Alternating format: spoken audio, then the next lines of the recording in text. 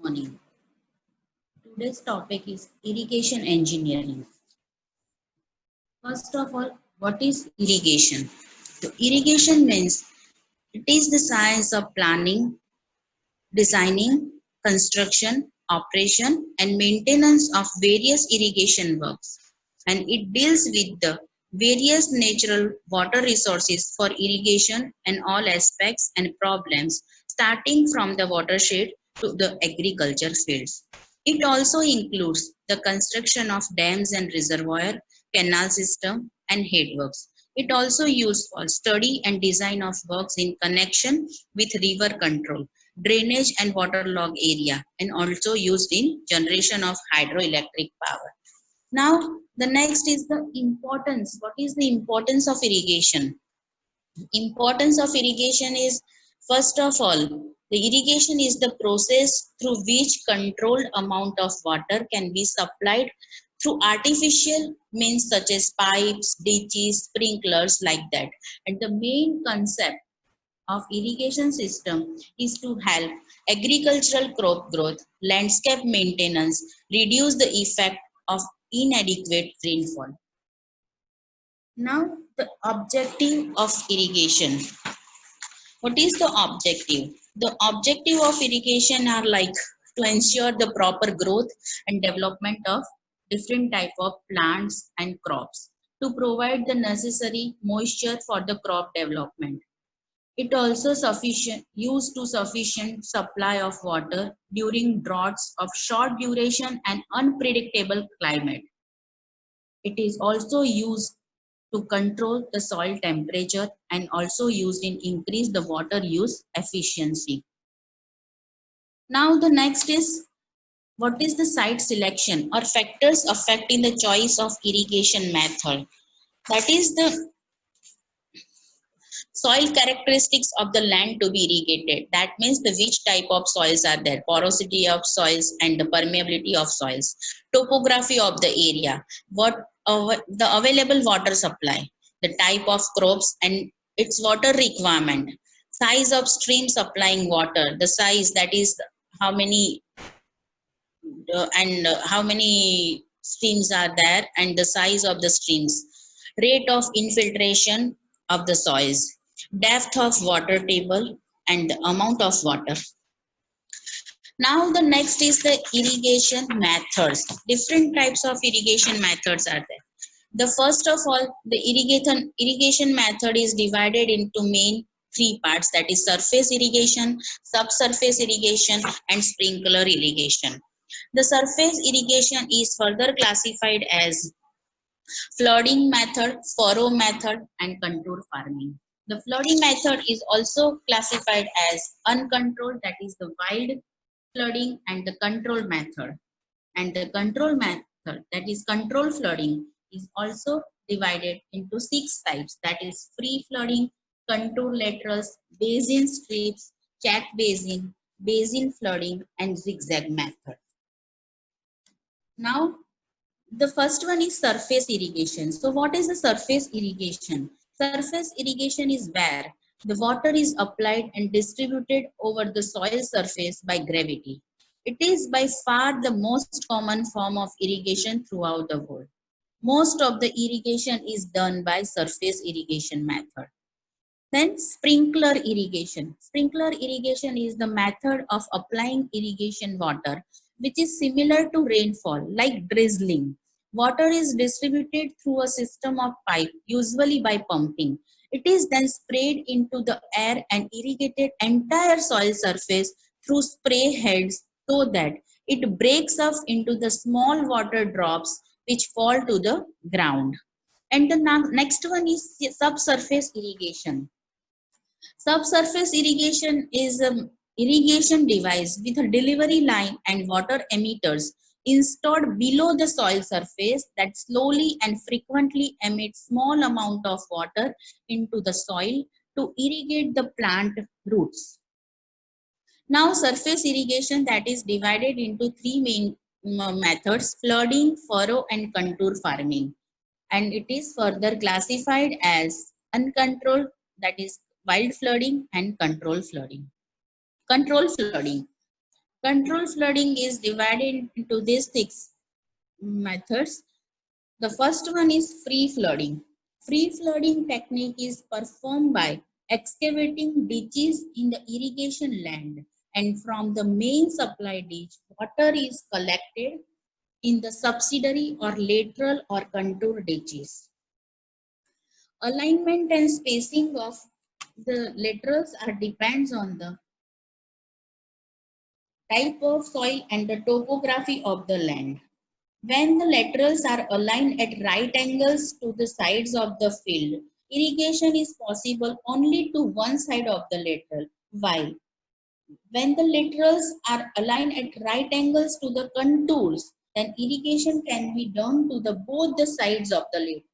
The field channel receive water from the supply channel and discharge excess water in the test channel. This method can be used for both the flat lands as well as the steep slope. And the alignment and spacing of the laterals are like normally the spacing of laterals may vary from 10 to 15 meter. Now the next is contour lateral.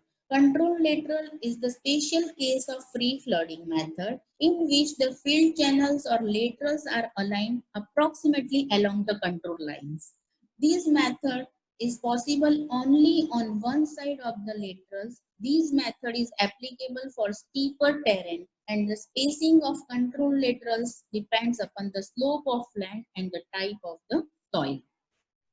The next is border strip method. What is the border strip? In border strip method, the agriculture farm is divided into a series of strips 10 to 20 meter wide and 100 to 300 meter long. These strips are separated by low uniform slope along the direction of flow. When the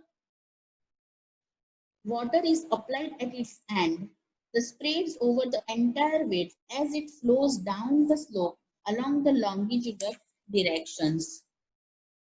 Now, the types of soil. In this method, a field, different types of soils, length of soils, and the longitudinal slopes are vary with different types of soils. Then sandy and sandy loam soils, the 60 meter to 120 meter length of strips are required, and this longitudinal slope is 0.25 to zero point 0.6. While the soil is medium low soils, then 100 meter to 120 meter strips are required, and 0.2 to zero point 0.4 percentage longitudinal slope is required. For clay, loam and clay soils, it may be 150 to 300 meter long strips and 0.05 to zero point 0.2 percentage slopes are there. Then the next one is check basin. Check basin is the most common method of irrigation which is used in India as well as in many countries of the world. This method is also known as the irrigation by plots. In this method, the land to be irrigated is divided into small plots or check basins surrounded by checks or levees, and each plot or basin has a nearly level surface. The size of the levees depends upon the depth of water to be applied as well as the stability of the soil when it is wet. The water is conveyed to the land by a system of supply channels as well as the lateral. Laterals are also known as the field channel, and supply channels are known as the main ditches. Usually there is one field channel for every two rows of plots.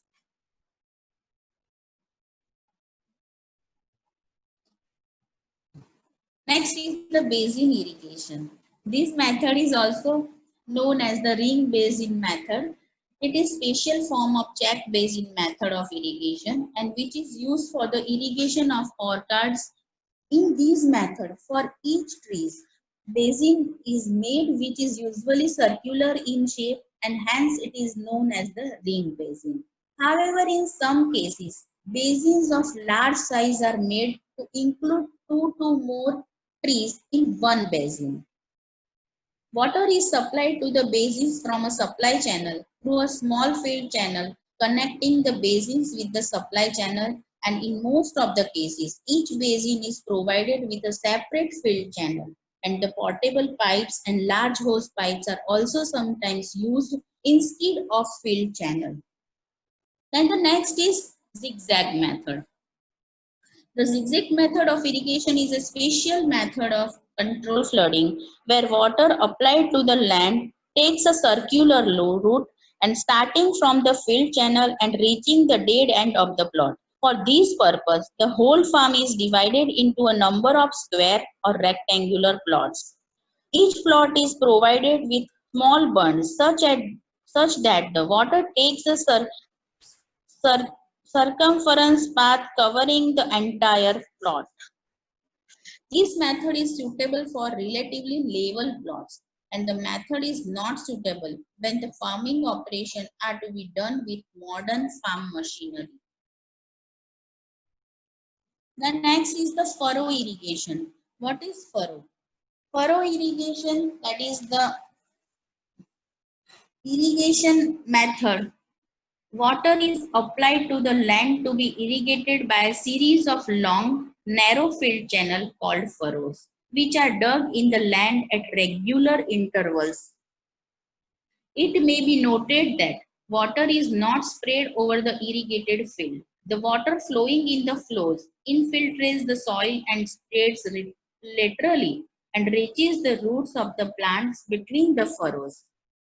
In this method, the wetted area usually varies from 1/5 to 1/2 of the total area, and it helps in reducing the evaporation losses and achieving high water application efficiency. Irrigation is commonly used for row crops such as maize, jawar, sugarcane, tobacco, cotton, groundnut, potatoes, etc. Then types of furrow. There are two types of furrow, depends on the basis of alignment. That is straight furrow and contour furrow. Straight furrows are used where the land slope is nominal, and these are the aligned more or less along the straight line parallel to each other and along the slope of the land. These straight furrows are suitable where the land slope do not exceed the 0.75%. Then the contour furrows. There are the furrows which are aligned along the contours and hence these are laid across the slope of the land. And these furrows are therefore curved in plan and are usually adopted where the land to be irrigated has relatively steeper slope. Now, what is the advantages of furrow irrigation? Then it is suitable for row crops such as maize, jawar, sugarcane, cotton, tobacco, groundnut, and potatoes. A quick mass area irrigation is possible. Time and labor savings method. The low investment required for buying the equipment. This is a cost-efficient method as it minimizes water loss of gravity irrigation system. The furrow serves as a drainage ways for surface runoff in area of heavy rainfall. These are the main advantages of furrow irrigation. Then the disadvantages of furrow irrigation. Adequate drainage need to be provided.